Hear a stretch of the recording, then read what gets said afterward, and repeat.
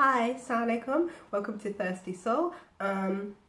Today I want to kind of give you some soul food, some tips that I have that I think can help us all improve our self-esteem and become happier people. Because it's all good talking about it, but I want to kind of get to the nitty-gritty of what tips I could actually give you to improve your self-esteem, and also as a reminder to myself. One of the first things is, I think, getting a more well-rounded life. And by that I mean having numerous things that make us happy. I feel like all of us, we kind of have make or break things. And like, oh my god, if our career does not work out, I can't be happy. If I'm not rich, I can't be happy. If my mom dies, I can't be happy. If, not that I wish death on anybody. But my point is, life is always going to come up with all these unexpected things. We need to make sure that we have a lot of things that make us happy. And not just a few things here and there that are really temporary. Any of these things can fall, but as long as you're alive and you are living, there should always be hope.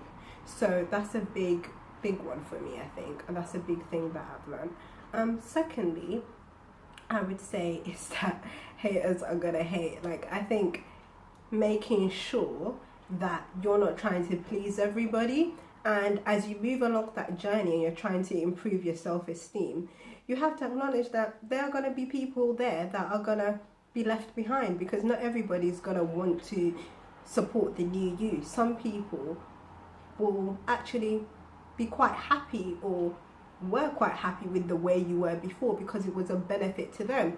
I don't know if other people have experienced this, but I think what I notice is that when you are in a lower place, to put it that way, mentally, there are people who really thrive on that. There are people who want to be friends with people who are not quite confident in themselves, because it makes them feel good. So you're gonna have people like that, and you're even gonna have other people who think, oh, who does she think she is? She thinks she's so this, she thinks she's so that. Like, they just want to hate on you. They want to hate on your greatness. So you've got to let those people go.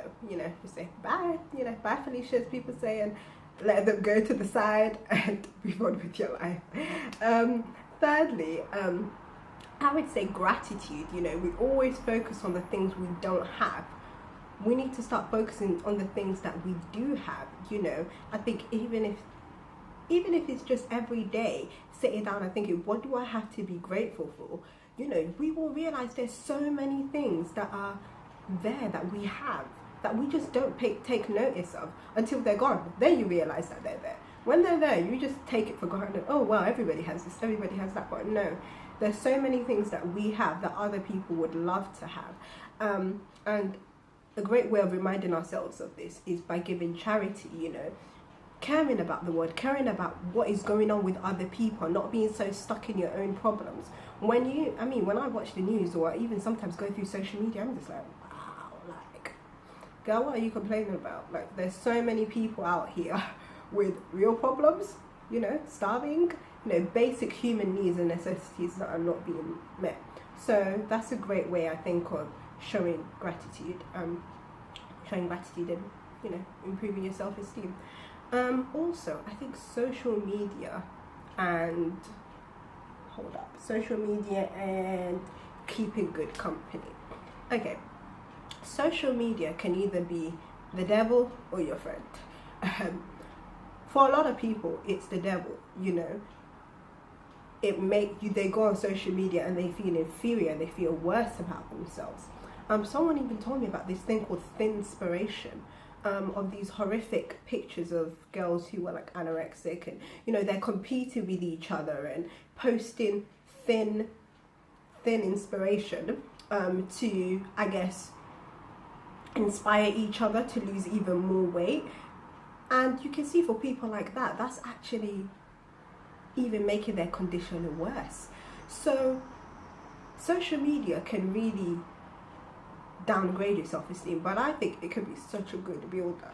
You just have to follow the right people. There's so many writers and poets and amazing people doing amazing things on social media, and half the time on my social media I'm like, wow, I feel like I'm gaining reward, Islamic wise, because I'm reading different things. I feel like I'm boosting myself, I'm reflecting, I'm challenging myself. Just 5 minutes, just scrolling down my Instagram, because I'm following people that are going to inspire me during my day, not people who are going to make me feel some kind of way. So that can be a really good builder. And you know, as I said before, with haters are gonna hate, on the opposite side is being friends with good people, being friends with people that will challenge you and debate with you and care about you, and you're not just having, we all like to have those, you know, girly trivial conversations, but I think at the same time you need people who are gonna inspire you and boost you, and not just friends that are just really have no value to your life. Like, you just need to let them go, you know. Good company is gonna take you to good places. Bad company, there's no way you're not, you know, birds of the same feather flock together. There's no way you're not going to be influenced by people who are just a waste of your time, really.